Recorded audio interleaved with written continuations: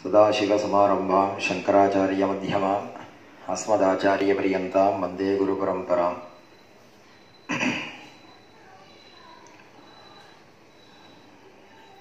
நமக்கு மனுஷனாக பிறந்தவாளுக்கு மற்ற ஜீவராசிகளை விட நமக்குன்னு ஒரு சில சிரேஷ்டமான ஒரு காரியங்கள் பண்ணுறதுக்கு ஹேத்துவாக பல காலங்களையும் பகவான் அனுகிரகம் பண்ணியிருக்காள். அந்த காரியங்கள்னாலே நமக்கு பாபம் நிவர்த்தியாகி புண்ணியத்தை ஏற்படுத்திக்கணும். புண்ணிய காலங்கள் அப்படின்னு பேர் அதுக்கு. இந்த மாதிரி வரக்கூடியதான ஒரு சிரேஷ்டமான ஒரு காலத்தில்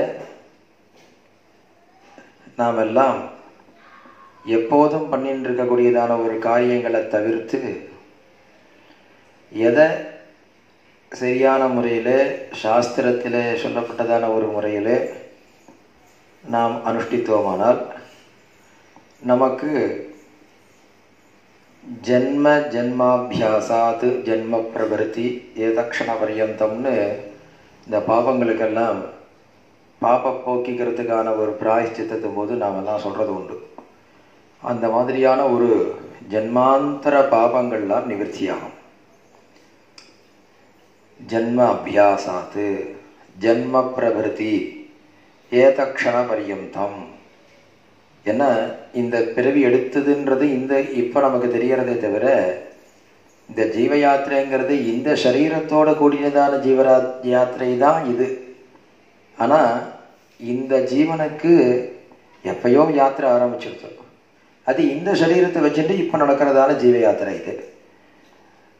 இதில் ஒவ்வொரு சமயத்துலேயும் ஒவ்வொரு எப்படி அன்னன்னைக்கு நம்ம ஒரு சட்டையை போட்டுண்டு எப்படி வெளியில் போவோமோ அந்த மாதிரி ஒவ்வொரு ஜீவனும் ஒவ்வொரு பிறவியிலையும் ஒவ்வொரு சரீரத்தை எடுத்துண்டு யாத்திரை கிளம்பி போகிறது தான். அதோடைய காலம் முடியும் போது அந்த சரீரத்தை விட்டுட்டு அந்த ஜீவன் வெளியில் போயிடுறது. அப்போ போகும்போது இது அன்றைய தினத்திலே அந்தந்த ஜென்மாவிலே எந்தெந்த விதமான பாபங்களையோ புண்ணியங்களையோ எந்த காரியங்களையோ, பாவம் புண்ணியம்னு சொல்கிறத விட என்னென்ன காரியங்கள் செய்தோமோ அந்த காரியங்களின் பலனாக நமக்கு ஏற்பட்டிருக்கக்கூடியதான பாப புண்ணியம்னு சொல்லக்கூடியதான பாபங்கள், பாபம்னாலும் பாபம்தான், புண்ணியம்னு சொன்னாலுமே அது பாபம்தான். அது பாபங்கள் எல்லாமே அதனால் ஏற்பட்டதான ஒரு அம்சத்தை கொண்டு அடுத்த ஜென்மாவில் மறுபடியும் யாத்திரையை தொடங்கும் இன்னொரு சரீரத்தை கொண்டு. அந்த மாதிரி போயிட்டே இருந்தால் இதுக்கு ஒரு முடிவு வரணும் இல்லையா? அப்போது எத்தனையோ பாவங்கள் மகா பாவங்கள் பண்ணியிருந்தால் அதுக்கு பிராயஷ்சித்தங்கள்லாம் நிறையா விதிச்சிருக்கு. சாதாரணமாக ஒரு சின்ன சின்ன தவறுகள் பண்ணினா கூட உடனே கிருச்சிரத்தை பண்ணு அப்படின்னு சொல்கிறோம். நாமளே எல்லா சமயத்துலேயும் பிராஜாபத்திய கிருச்சிர பிரத்யாம்நாயம் அப்படின்னு உடனே பிராஜாபத்திய கிருச்சிரம் அப்படின்னு எடுத்துடுறோம். இப்போ பிராஜாபத்திய கிருச்சிரம்னு சொல்லும்போது நமக்கு அதனுடைய ஸ்வரூபமே நமக்கு தெரிஞ்சதானே அது அனுஷ்டானமே பண்ண முடியாது அப்படிங்கிறது தான் இப்போ சமீபத்தில் நம்மளுடைய இந்த வேத தர்மசாஸ்திர பரிபாலன சபையுடைய மாசாந்திர தர்மசாஸ்திர பாடங்களில் நம்ம இப்போது வாஜபேயாஜி நமக்கு அதில் எடுத்து சொல்லின்னு இருக்காங்க. அப்படி பிராஜாபத்திய கிருச்சிரத்துக்கே நம்மளால் தாங்க முடியாதுங்கும் போது எத்தனையோ பாபங்கள், ஒரு பாபத்துக்கும் இத்தனை கிருச்சிரம் பண்ணணும் அத்தனை கிருச்சிரங்கள் பண்ணணும்னு எடுத்து காட்டுறச்சே இல்லை. அந்த பாபங்கள் எல்லாத்தையும் ஒன்று சேர போக்கிக்க முடியுமா அப்படின்னு சொன்னால் அதுக்கெல்லாம் ஒரு அவகாசமே நமக்கு இருக்குமா? அத்தனை ஜீவ காலம் நமக்கு பிராப்தமாயிருக்குமான்னே நமக்கு தெரியாது. ஏன்னா இன்னைக்கு இருக்கோம் நாளைக்கு இருக்கோம்னு சொல்ல முடியாது, ராத்திரியே இருப்போம்னு சொல்ல முடியாது, இன்னும் அடுத்த க்ஷணம் நமக்கு ஜீவன் இருக்கும்னு சொல்ல முடியாது. அப்படிங்கிறதுனால காலங்கள் நமக்கு எப்பெல்லாம் ஒரு சின்னதாக ஒரு காரியத்தை பண்ணினாலே ஒரு மகத்தான ஒரு பலன் எப்பெல்லாம் கிடைக்கிறதோ அந்த சமயத்திலலாம் உடனே நம்ம அந்த காரியங்களை செய்து கொண்டு அதனுடைய மகத்தான ஒரு பலனை நம்ம அடைஞ்சிட்டோம்னா அந்த பலவசாத்து நமக்கு பாவங்கள்லாம் கூட்டம் கூட்டமாக நசிஞ்சு போயிடும். அந்த மாதிரி ஒரு கூட்டமாக பாவங்களை நசித்து கொண்டு புண்ணியத்தை சம்பாதித்து கொண்டு அந்த புண்ணியத்தையும் பகவானுக்கு அர்ப்பணம் செய்யாத முறையில் ஸ்ரத்தையோடு கூடியதான ஒரு வகையிலே நாம் இந்த காரியங்களை கர்மாக்களை சரிவர செய்தோம்னா நமக்கு இந்த ஜீவ யாத்திரைங்கிறது இந்த சரீரத்தோடு பூர்த்தி ஆகிடும். அதுக்கப்புறம் 800 ஜீவ யாத்திரை நமக்கு தொடங்காது அப்படின்னு சொல்கிறா. பல புராணங்களில் இந்த விஷயங்கள் தான் நமக்கு நிறைய எடுத்து காமிச்சிருக்கார். சாஸ்திரங்க விஷயங்கள்லேயும் நமக்கு அப்படி தான் நிறையா பெரியவாள்லாம் சொல்கிறா. வேதங்கள்லாமே கூட நமக்கு அதனால தான் சொல்கிறது. நாம் எல்லாமே பாவ புண்ணியத்தை அனுபவிக்க பிறந்திருக்கோம்னு ஒரு பக்கம் சொன்னினாலும் அது அது காரணம் இல்லை. பிறவியோடைய காரணமே நமக்கு மோட்சத்தை அடையிறது தான் லட்சியம். அதில் தான் அமிர்தசிய புத்திராகா அப்படின்னு சொல்கிறது. அப்பேற்பட்டதான ஒரு மோட்சத்தை அடையிறதுக்கு தானே நம்ம பிறந்திருக்கோம். பிறந்த இடத்துல நம்ம சம்பாதனம் பண்ணுறது பாவமோ புண்ணியமோ இருந்தால் கூட அடையக்கூடிய விஷயம் என்னமோ மோட்சம்தான் அப்படின்னு சொன்னால் அந்த மோட்சத்தை நாம் எல்லாரும் அதன் மேலே ஒரு இச்சையை கொண்டு அதை அடையிறதுக்கு முயற்சி பண்ணணும். எல்லோரும் முமுட்சுவாக இருக்க வேண்டும். ஞானத்தை அடையிறதுக்கு முயற்சி செய்ய வேண்டும். அப்படி முயற்சி செய்யறதுக்கு பாவங்களை போக்கி புண்ணிய காரியங்களை நிறையா செய்து கொண்டு வர வேண்டும். அந்த மாதிரி புண்ணிய காரியங்களை செய்யறதுக்கு நமக்கு பல புண்ணிய காலங்கள்லாம் நமக்கு அனுகூலமாக அமையும். சாதாரணமாக நித்தியமே காலமே எழுந்து ஸ்நானம் பண்ணி அர்க்கியம் விட்டாலே பாப்பம் போய் புண்ணியம் வந்துடுறது அப்படின்னு சந்தியாவந்தனத்திலே சொல்கிறச்சேல அன்னைக்கு ராத்திரி பண்ண பாவங்கள்லாம் கார்த்தால சந்தியாவந்தனத்தில் போயிடுறது. பகலில் பண்ணின பாவங்கள்லாம் சாயரக்ஷ சந்தியாவந்தனத்தில் போயிடுறது. எத்தனை விதமான துஷ்ட பிரதிகிரகங்கள்லாம் வாங்கியிருக்கிறோமோ சம்பாதனம் பண்ணுறோமோ அயாக்கிய அதாவது சம்பாதிக்க கூடாத முறையில் சம்பாதிப்பது அந்த மாதிரியான பாவங்கள் எல்லாமே இந்த மாத்தியானிக காலத்தில் பண்ணக்கூடியதான் அனுஷ்டானங்களை போகிறதுன்னு நித்தியமே நமக்கு அப்பப்போ கொஞ்சம் கொஞ்சம் பாவங்களை போக்கிக்கிறதுக்கு நமக்கு வழிகள் இந்த அனுஷ்டான கிரமங்கள் இருக்குது. அந்த மாதிரி தினம் ஒரு புண்ணியகாலம். மாத்தியானிக ஸ்நானம் பண்ணினா பாவம் போகிறதுன்னு சொல்கிறோம். அதில் ஒரு தினம் புண்ணியகாலம் கொஞ்சம் கொஞ்சமாக நம்மளுடைய பாவத்தை போக்கி கொடுக்கறது. இருந்தாலும் அமாவாசைன்னு வரும்போது என்னாறது ஒரு பெரிய புண்ணியகாலம் ஏற்படுறது. அந்த அமாவாசை அன்னைக்கு பித்திருக்களுக்கு பிரீத்தியாக நம்ம தர்ப்பணங்கள் பண்ணுறது. அன்னைக்கு சங்கல்பம் பண்ணி நல்ல ஒரு இதில் சமுத்திரத்துலையோ இல்லை நதியிலையோ பெரிய புண்ணிய தீர்த்தங்கள்லையோ நங்கியாவது முங்கி குளிக்கணும். அவகாச ஸ்நானம்னு பேர். மொண்டு குளிக்கிறத விட முங்கி குளிக்கிறதுக்கு தான் பாபம் நிவர்த்தியாக. பாபம் போகணுமானாலே முங்கித்தான் குளிக்கணும். அதனாலேயே ஏகாதசி முங்கி குளிக்கிறதுன்னு மகாபிரிவா அனுஷ்டானம் பண்ணிட்டு இருந்தால் இப்பயுமே நம்ம பெரியவா எல்லாருமே அங்கேயே ஒரு பெரிய ஒரு தொட்டி மாதிரி வச்சுட்டு ஜலம் இருப்பி ஏகாதசி அன்னைக்கு அவகாச ஸ்நானம் பண்ணுறதுன்னு இன்றைக்கும் சம்பிரதாயம் உண்டு. ஏன்னா ஸ்நானம் பண்ணி மடியோட பூஜைக்கு வரணும், பூஜையும் பண்ணணும், ஸ்நானம் பண்ணணும்னா அப்போ அவகாச ஸ்நானம் உள்ளுக்குள்ளேயே முங்கிய ஸ்நானம் பண்ணுறது அப்படின்னு ஒரு பழக்கங்கள்லாம் இன்றைக்கும் நம்ம அனுஷ்டானத்தில் இருக்குது. அந்த மாதிரி முங்கி ஸ்நானம் பண்ணினாக்கா பாபம் போகும் அப்படின்னு சொல்கிறது. இந்த அமாவாசையில் அப்படி ஒரு பாபம் போகிறது அப்படின்னு சொன்னால் பிரதி அமாவாசைக்குமே அந்த பாபமானது போகிறது.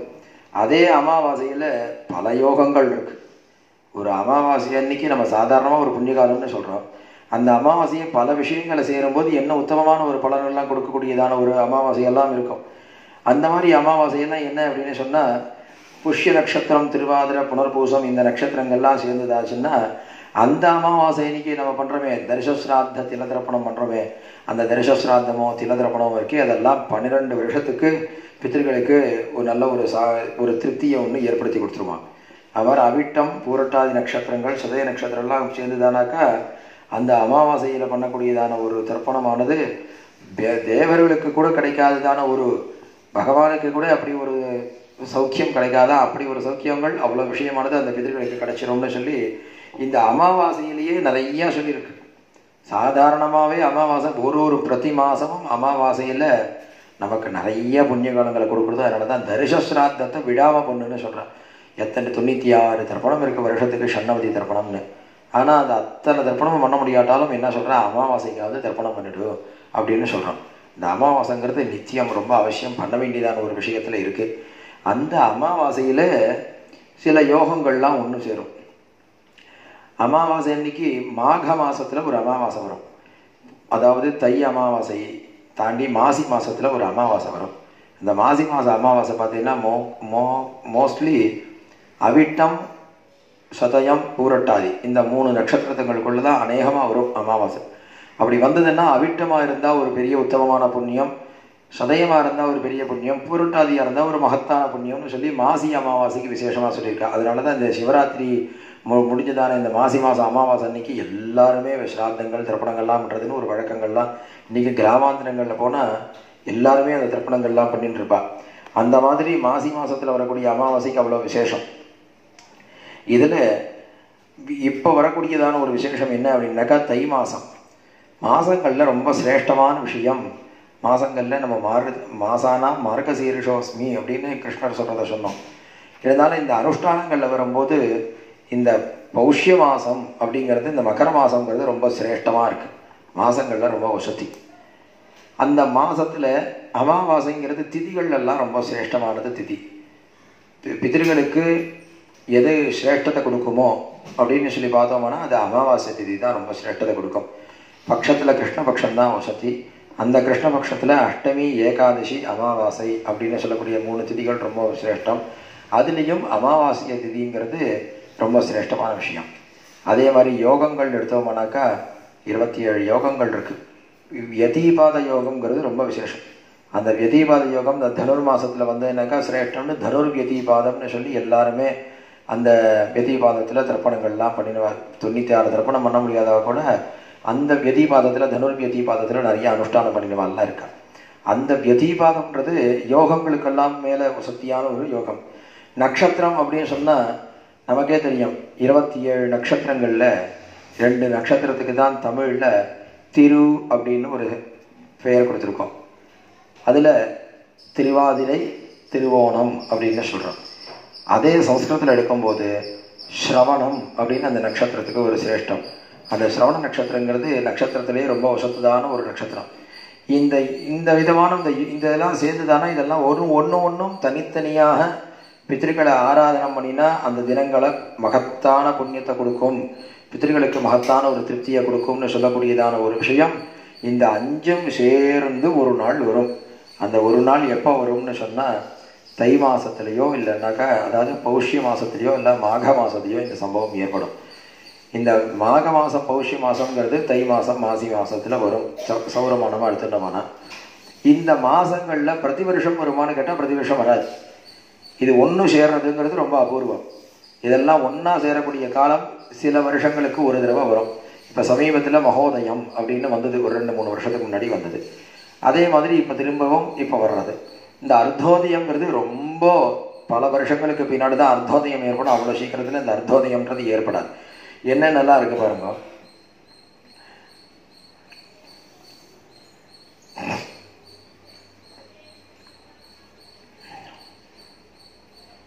ஸ்ரவண அமார்க்க பாதஸ்ரவணைஹி யுக்தா சேத் புஷ்யமாகயோः அர்த்தோதய சவிஜ்ஞேயः கோட்டிகோ சூரிய கிரகைः சமः.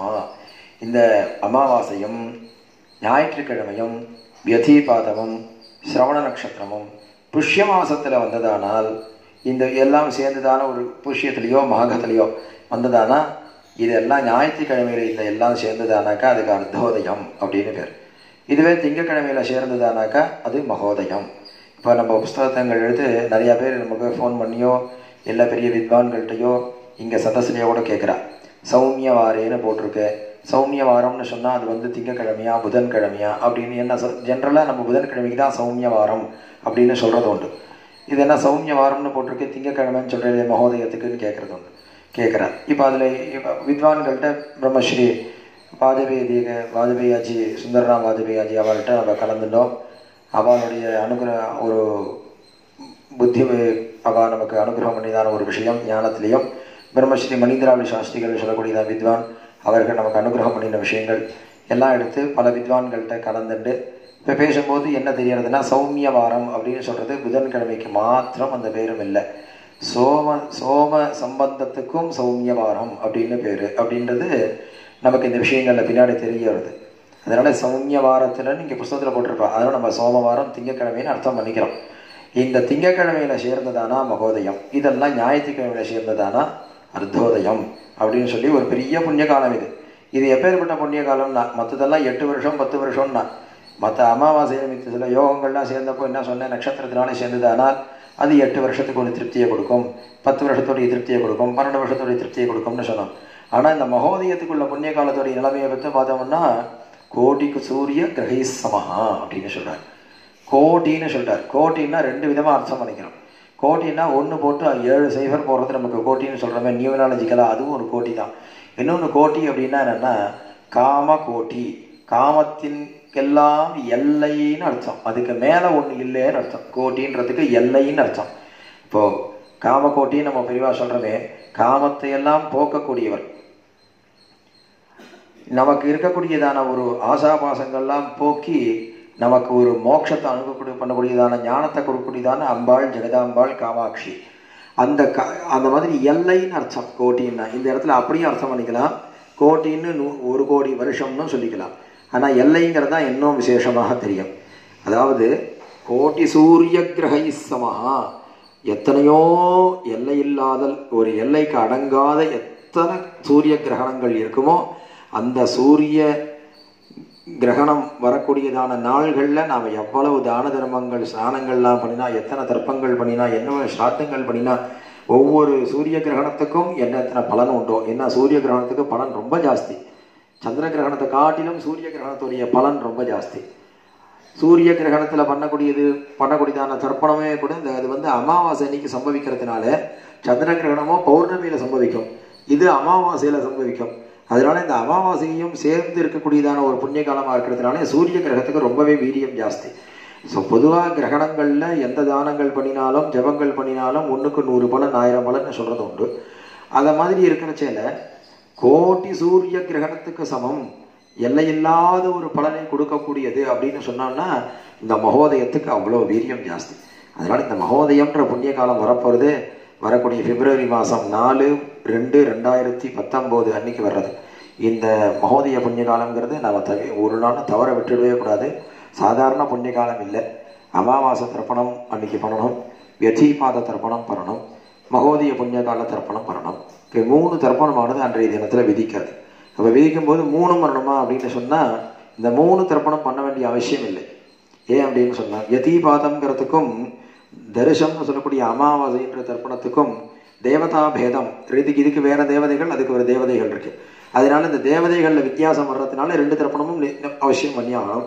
இந்த மகோதயம்ங்கிறத பண்ணணுமான்னாக்கா மகோதயத்துக்கும் தரிசனம்னு சொல்லக்கூடியதான அமாவாசைக்கும் ஒரே தேவதையாக இருக்கிறதுனாலையும் இந்த மகோதயம்னு சொல்றது அலபியம்னு சொல்றது பெரிய யோகம்.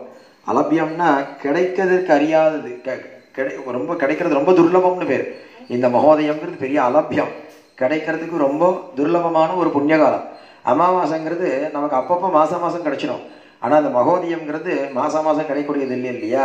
அதனால இந்த 2 தர்ப்பணத்துக்கு 2க்குமே ஒரே தேவதையா இருக்கிறதுனால ஒரே தேவதைகளை குறித்து 2 ஸ்ராத்தம் ஒரு தினத்தில் செய்யக்கூடாது அப்படிங்கிற ஒரு சட்டத்தை உட்பட்டு இந்த அலபியம்னு சொல்லக்கூடியதான மகோதய புண்ணிய காலத்தன்னைக்கு தரிச ஸ்ராத்தத்துக்கும், அதாவது அமாவாசை தர்ப்பணத்துக்கும் மகோதய தர்ப்பணத்துக்கும் ஒரே தேவதையா இருக்கிறதுனால மகோதய தர்ப்பணத்தை மாத்திரம் பண்ணினாலே இந்த அமாவாசை தர்ப்பணத்தை பண்ணினதுக்கான பலனும் அதுக்குள்ளேயே அடங்கிடும் அப்படின்னு சொல்றேன். இப்போ அமாவாசைக்கு தனியாக தர்ப்பணம் பண்ண வேண்டாம். அப்போது இப்போ 96 தர்ப்பணம் பண்ணுறவாளுக்கு வியதீபாத தர்ப்பணம் பண்ணணும், அது அவசியமாக பண்ணிதான் ஆகணும். மகோதய புண்ணிய காலத்துடைய தர்ப்பணத்தையும் அமாவாசையும் சேர்த்து பார்க்கறச்செல்லாம் மகோதயம் பண்ணினா போகிறோம். அப்போ சன்னவதி பண்ணுறவா எல்லாருமே 2 தர்ப்பணம் பண்ணணும். மகோதய புண்ணிய கால தர்ப்பணம், வியதீபாத புண்ணிய கால தர்ப்பணத்தை பண்ணணும். இதை எதை முதல்ல பண்ணணும், எதை பின்னாடி பண்ணணும் அப்படின்னு சொல்லி அதுக்கப்புறம் ஒரு விசாரம் வரும். எது அதிகமாக வராது, எப்போதோ ஒரு தடவை வர்றதோ அதை முன்னாடி பண்ணிக்கணும். அதுக்கப்புறம் அடிக்கடி வரக்கூடியது 2வதாக பண்ணக்கூடியது. அதனால மகோதயம்ங்கிற ஒரு அலபியம் இருக்கு, அந்த அலபிய ஸ்ராத்தத்தை முதல்ல பண்ணிட்டு அதுக்கப்புறம் வியதீபாத தர்ப்பணத்தை 2வதாக பண்ணணும் அப்படிங்கிறதாக தீர்மானம். அதே மாதிரி இந்த தரிச ஸ்ராத்தம்னு மட்டுமே வெறும் அமாவாசை மட்டுமே தான் பண்றேன், நான் 96 தர்ப்பணம் பண்றவா இல்லையே, அப்ப நான் என்ன பண்ணணும் அப்படிங்கிற ஒரு சந்தேகம் வரக்கூடிய வாழவுடைய கதை என்ன அப்படின்னு சொன்னோம்னா, இந்த அமாவாசை அன்னைக்கு அலபியமா இருக்கக்கூடியதான மகோதய புண்ணிய கால ஸ்ராத்தத்தை மாத்திரம் பண்ணினா போரும். அமாவாசை தர்ப்பணம் பண்ண வேண்டாம். அமாவாசை தர்ப்பணம் விட்டதாக ஆகாது. அமாவாசை தர்ப்பணமும் அதுக்கு தரிச சிராத்தம், அமாவாசைக்கு வரக்கூடிய தரிச சிராத்தமும் மகோதய புண்ணிய கால தர்ப்பணத்தினாலேயே அந்த தேவதைகளுக்கு பிரீத்தி ஏற்பட்டுள்ளதுனால அதுல தோஷம் சம்பவிக்காது. ஒரு நாளைக்கு ஒரு தர்ப்பணம் தான் இந்த விஷயத்துல பண்ண முடியும். அதனால பிரதி அமாவாசை தர்ப்பணம் பண்றவாள்லாம் அமாவாசியாம் புண்ணியத்திதோ மகோதய புண்ணியகால ஸ்ராத்த தர்ப்பணம் பண்ணினா போரும். அதை ஹிரண்ய ஸ்ராத்தமாக பண்ணி இந்த ஒரு பிரதி அமாவாசையுமே ஹிரண்யமாக தான் பண்ணணும். இந்த விஷயமாவது மகோதயத்திலையாவது இப்போ ஹிரண்ய ஸ்ராத்தம் பண்ணி அதுக்கு அங்கமாக திலதர்ப்பணம் பண்ணலாம். இல்லை ஸ்ராத்தமாகவே விதிவத்தாக பிராமணால வரித்து அந்த தேவதா ஆவாகன கிரமத்தில் ஸ்ராத்தம் பண்ணி விரிவத்தாக திருப்பணங்களை பண்ணினோமானாக்க என்ன அர்த்தம்னாக்கா கோட்டி சூரிய கிரகை சமஹா. ஏன்னா இந்த கிரகணத்தன்னைக்கு நம்மளால ஸ்ராத்தமே பண்ண முடியாது. கிரகணத்தன்னைக்கு ஸ்ராத்தம் பண்ணுறதுங்கிறது விதிச்சிருந்தாலும் கிரகணத்து சமயத்தில் நம்ம ஹிரண்யமா பண்ணிட்டு பின்னாடி தான் மறுநாள் அன்னைக்கு தான் நம்ம கிரகணத்தோடைய ஸ்ராத்தத்தை பண்ணும்படியாக வர்றது. இல்லை சூரிய கிரகணம் காலமே இருந்ததுனாக்கா காலத்தால் சூரிய கிரகணத்தும் போது ஹிரண்யமா பண்ணிட்டு அதுக்கப்புறம் ஸ்நானம் பண்ணி அதுக்கப்புறம் சமையல் பண்ணி அதுக்கப்புறம் கிரகண ஸ்ராத்தத்தை பண்ணுற மாதிரி இருக்குது. ஆனால் இந்த அமாவாசை புண்ணிய காலத்தில் இன்னைக்கு வரக்கூடிய மகோதய புண்ணிய காலத்தில் ஸ்ராத்தத்தை ஸ்ராத்தமாகவே பண்ணிவிட்டா இது 100 எத்தனையோ கோடி எல்லையில்லாத ஒரு சூரிய கிரகணத்தில் பிரத்யட்சமாக ஸ்ராத்தம் பண்ணினா என்ன விதமான பலன் பித்திருக்களுக்கு அடைவாலோ அத்தனை புண்ணியம் அத்தனை பலனானது திருப்தியானது அவளுக்கு ஏற்பட்டுறது. அதனால் இந்த மகோதய புண்ணிய காலத்தில் ஸ்ராத்தம் திலதிரப்பணம் எல்லாம் ரொம்ப முக்கியமான ஒரு விஷயம். சரி, தாயார் தகப்பனார் இல்லாத வாழ்க்கை இந்த கதை, இருக்கிற வாழ்க்கை எங்களுக்கு அவசியம் இல்லையே அப்படின்னு அடுத்த சந்தேகம் வரும். பொதுவாக தர்ப்பணம் பண்ணக்கூடிய வாழை பற்றி தான் முதல்ல பேசுவோம். அதுக்கப்புறம் பொதுவான விஷயங்களை அடுத்தது சொல்லுவோம். சாமான்யமாக சொல்ல வேண்டிய விஷயம் என்ன அப்படின்னு சொன்னால் எல்லாரும் மகா சங்கல்பம் சொல்லி ஸ்நானம் பண்ணணும்.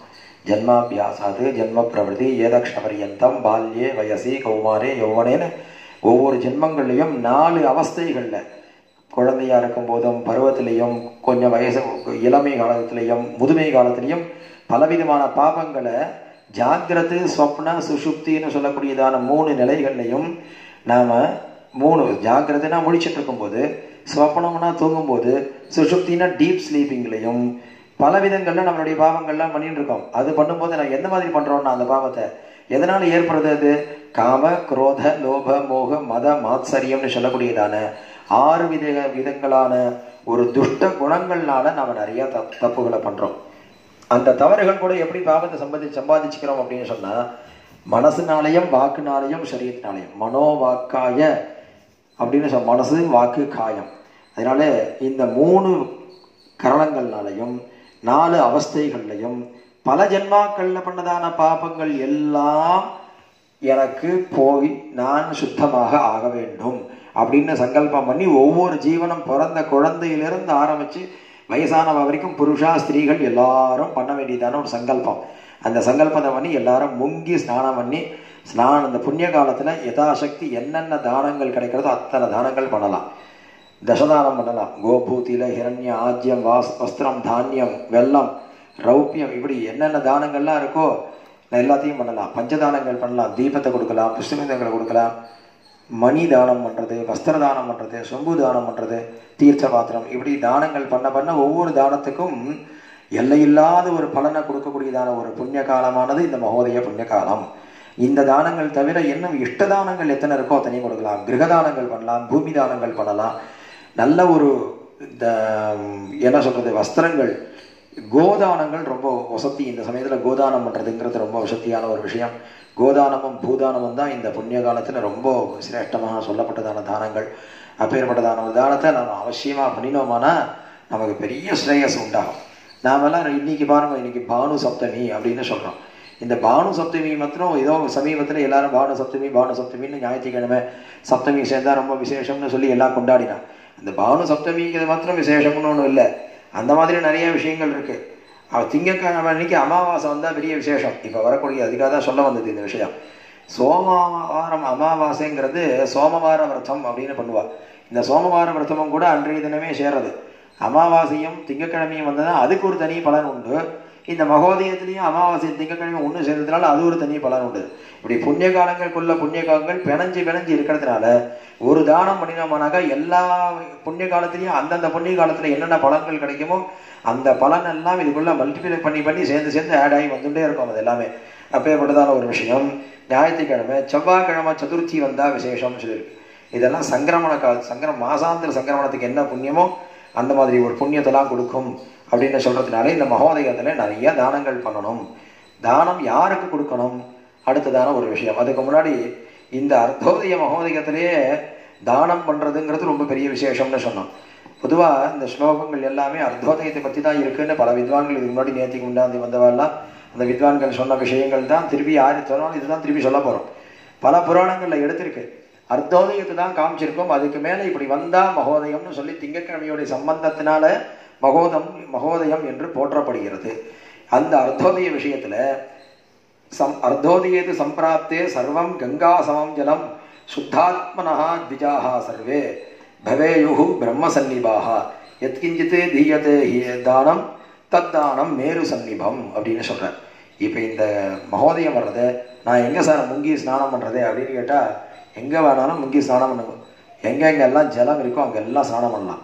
ஏன்னா இந்த சொல்கிறார் ஸ்காந்தத்தில் சொல்கிறார் அந்த ஸ்லோகத்தில், அர்த்தோதயமோ மகோதயமோ ஏற்படுதான்னா சர்வ தீர்த்தமும் கங்காசமம் சர்வம் கங்காசமம் ஜலம், எல்லா ஜலமும் கங்கைக்கு சமமானது. அதனால் கங்கைன்னு நினச்சி முங்கிண்டே இருந்துடலாம். ஆனாலும் பக்கத்தில் எங்கேயா சமுத்திரம் இருந்தால் சமுத்திரத்துக்கு போயிடணும்.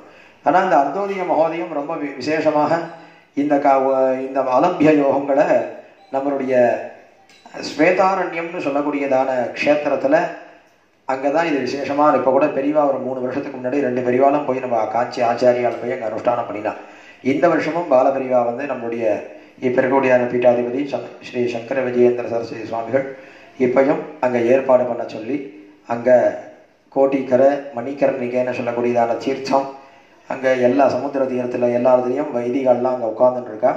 அந்த சமயத்தில் அவள் அங்கே போகிறவாளுக்கெல்லாம் எல்லா விதமான ஸ்நான சங்கல்பம் பண்ணி வைக்கிறதுக்கோ, தர்ப்பணம் பண்ணி வைக்கிறதுக்கு, தானங்கள் வாங்கிக்கிறதுக்கு, அங்கே மடியாக எல்லாருக்கும் ஆகாரம் பண்ணிக்கிறதுக்கு ஏற்பாடு, எல்லாருக்கும் எல்லா விதமான ஏற்பாடுகளையும் அங்கே பெரியவா சொல்லி அங்கே நடந்துட்டு இருக்கு ஸ்வேதாரண்யத்தில். அங்கே அது ஸ்வேதாரண்யத்துக்கு என்ன பேர் தமிழில்? வேதாரண்யம். வேதாரண்ய க்ஷேத்திரத்தில் ஏற்பாடாக இருக்குது. எல்லாம் அங்கே போய் பண்ணினாக்கா ரொம்ப விசேஷம் என்ன.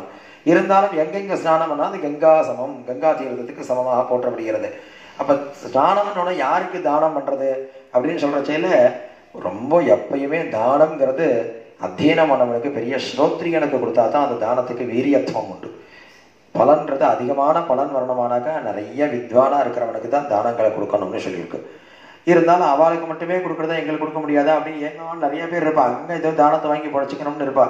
அப்போ என்ன பண்ணணும்னா அவளை மாதிரி இருக்கிறவாளுக்கும் கொடுக்கணும், இவாளை மாதிரி இருக்கிறவாளுக்கும் கொடுக்கணும்.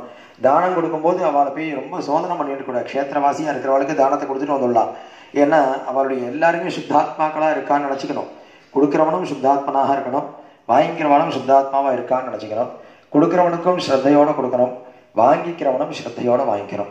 அப்படி இருந்தால் புண்ணிய காலத்தில் பண்ணக்கூடிய தான தர்மங்கள் எல்லாமே கொடுக்குறவனுக்கும் வாங்கிக்கிறவனுக்கும் 2 பேருக்குமே ஒரு பெரிய மகத்தான புண்ணியத்தை கொடுக்கும்னு சொல்லியிருக்கிறதுனால சுத்தாத்மனோ த்விஜாக சர்வே, எல்லா பிராமணர்களும் சுத்த ஆத்மாக்களாகவே இருக்கப்படுவார்கள் அந்த புண்ணிய காலத்தில். அதனால் பிராமணால் நீங்கள் தேடி சிரமப்பட்டுனே போயிட்டு இருக்க வேண்டாம். எங்கெங்கெல்லாம் பிராமணாலை நீங்கள் பார்க்குறாலும் எல்லாருமே சுத்தாத்மாக்கள் தான் எல்லாரும் அந்த புண்ணிய காலத்தில். அவள் எல்லாரும் பிரம்ம சன்னிபாக. அதனால் எத்கிஞ்சது தீயத்தே தானம், அவளுக்கு ஏதாவது கொஞ்சம் கொடுத்துட்டாலும் போடுமா. தத் தானம் மேரு சன்னிபம், மேருன்னு பெரிய மலை, அந்த ஒரு சின்ன ஒரு தானம் பண்ணினாலும் அது மேரு சன்னிபம், மேரு மலையே கொடுத்ததான ஒரு பெரிய ஒரு புண்ணியத்தை அள்ளி கொடுத்துடும். அதே மாதிரி கொஞ்சமான ஒரு பிண்ட தானம் பண்ணினா பிதர்களுக்கு ரொம்ப ஸ்ரேயஸை கொடுக்கும். கொஞ்சம் அல்ப தானங்கள் ரொம்ப சொல்பமாக கொடுத்தாலும் கூட அது மகத்தான ஒரு பலனை கொடுக்கும். அப்படிங்கிறதுனால தானம் ரொம்ப விசேஷமாக போற்றப்பட்டிருக்கு. அதுலேயும் இந்த அர்த்தோதய மகோதயத்தில் காம்சிய பாத்திரத்தில் தானத்தை ஒரு பாயசம் பண்ணி ஒரு ஸ்வர்ணத்தையும் சேர்த்து வச்சு பிரம்ம விஷ்ணு ருத்ராலெல்லாம் பூஜை பண்ணி ஒரு பிராமணனை வரித்து அவனுக்கு இந்த தானத்தை கொடுக்குறோம். சுவர்ண பாயசாமத்திரம் யஸ்மாத் ஏதஸ்திரயீமயும் ஆபதேஹே தாரகம் யஸ்மாத் தத்கிருகான த்விஜோத்தமா சமுத்திர மேகலா பிருத்திவீம் சம்யக் தாதுஷ்ட யத்பலம். நல்ல ஒரு சமுத்திரம், 4 கரையோடு சேர்ந்த ஒரு சமுத்திரத்தையே பூமியே தானம் பண்ணினா என்ன விதமான பெரிய பலன் கிடைக்குமோ அந்த பலனானது இந்த சின்ன ஒரு பாயசத்தை காம்சி பாத்திர தானத்தை எடுத்து கொடுத்தாலே அவ்வளோ பெரிய பலன். தத் பலம் லபத்தே மர்த்தியா கிருத்து ஏதம் தானமுத்தமம். அதனால அப்பேற்பட்டதான ஒரு பெரிய பலன் இந்த காம்சிய பாத்திரத்தில் கொடுத்தா கூட கிடைச்சிடும். அப்படின்றதுனால ஒவ்வொருத்தரும் அவாவா இருக்கிற இடங்கள்லேருந்து கொஞ்சம் பிரயத்தனப்பட்டு தஸ்மாத் சர்வ பிரயத்னேன அப்படின்னு எதனால ரொம்ப எப்படியாவது ஒரு பிரயத்தனம் பண்ணி தான் இருக்கிற இடத்துலையே எங்கேயோ ஆற்றுல அப்படி முண்டு குளிக்காமல் எங்கேயா முங்கி ஸ்நானம் பண்ணுறதுக்கு எங்கேயா இடம் கிடச்சதானா அந்த இடத்த தேடி போகலாம். இங்கே நம்ம சென்னையில் இருக்கிறவங்களுக்கெல்லாம் பக்கத்தில் சமுத்திரம் இருக்கிறது ஒரு பெரிய அனுகூலம். அதனால் இங்கெல்லாம் போய் எல்லாரும் ஸ்நானத்தை பண்ணி யதாசக்தி தானங்களையும் பண்ணி, ஒருவேளை தானம் கொடுக்கறதுக்கு மனுஷாங்க இல்லைன்னா தீர்த்த கரையில் அந்த தானத்தை தத்தம் பண்ணி எடுத்து வச்சுக்கணும். இந்த ஏன்னா ஆற்றுக்கு கொடுக்கலான்னு நினச்சோம்னா கொடுக்கறதுக்கு மனசு வராது. முதல்ல நம்ம அங்கே போய் அங்கே தானம் பண்ணி தத்தம் பண்ணி கொடுக்குறோன்னு நினச்சோமோ ஒரு 1000 ரூபா நோட்டு எடுக்கிறான்னு வச்சுக்கோங்க. இப்போ 1000 ரூபா நோட்டு இல்லை, ஒரு 2000 ரூபா நோட்டு எடுக்கிறான்னு வச்சுக்கோங்க. இங்கே ஆற்றுல வந்து கொடுக்கலான்னு வரும்போது 200 மாறி போயிடும். அது மனசு அதுக்குள்ளே மாறி போயிடும். ஏன்னா அதுதான் கலியோடைய ஒரு விசேஷம். அதனால அந்த க்ஷேத்திரத்திலே அந்த சந்நிதியிலேயே தானம் பண்ணுறதுங்கிறது இன்னொரு பெரிய சிரேஷ்டமாக இருக்கிறதுனால அதை உடனே தட்சணத்திலேயே தத்தம் பண்ணி யாருக்காவது பெரிய சோத்ரியாலை கொடுக்குறோம், ஏதோ பிராமணால் கொடுக்குறோம், தத்தம் பண்ணி அந்த பைசாவை எடுத்து ஓரமாக முடிஞ்சு வச்சிடணும். முடிஞ்சு வச்சுட்டு எப்போ நம்ம பிராமணாலை பார்க்குறோமோ அடுத்து அன்னைக்கு ராத்திரிக்குள்ளே கொண்டு போய் கொடுத்துடணும். நம்ம தத்தம் பண்ணி வச்சதான ஒரு திரவியமானது நம்ம ஆற்றுல தானம் பண்ணினவனுடைய வீட்டில் ராத்திரி அஸ்தமனத்துக்கு அப்புறம் இருக்கக்கூடாது. அதனால் அதுக்குள்ளே கொண்டு போய் கொடுத்து விட்டு அதுக்கப்புறம் ஆற்றுக்கு போகணும். இப்படி பலவிதமான ஒரு பெரிய புண்ணிய காலங்கள் நமக்கு அப்பப்போ அனுகூலமாக அமையும். அதை பகவான் நமக்கு கொடுத்துட்டே இருப்பார்.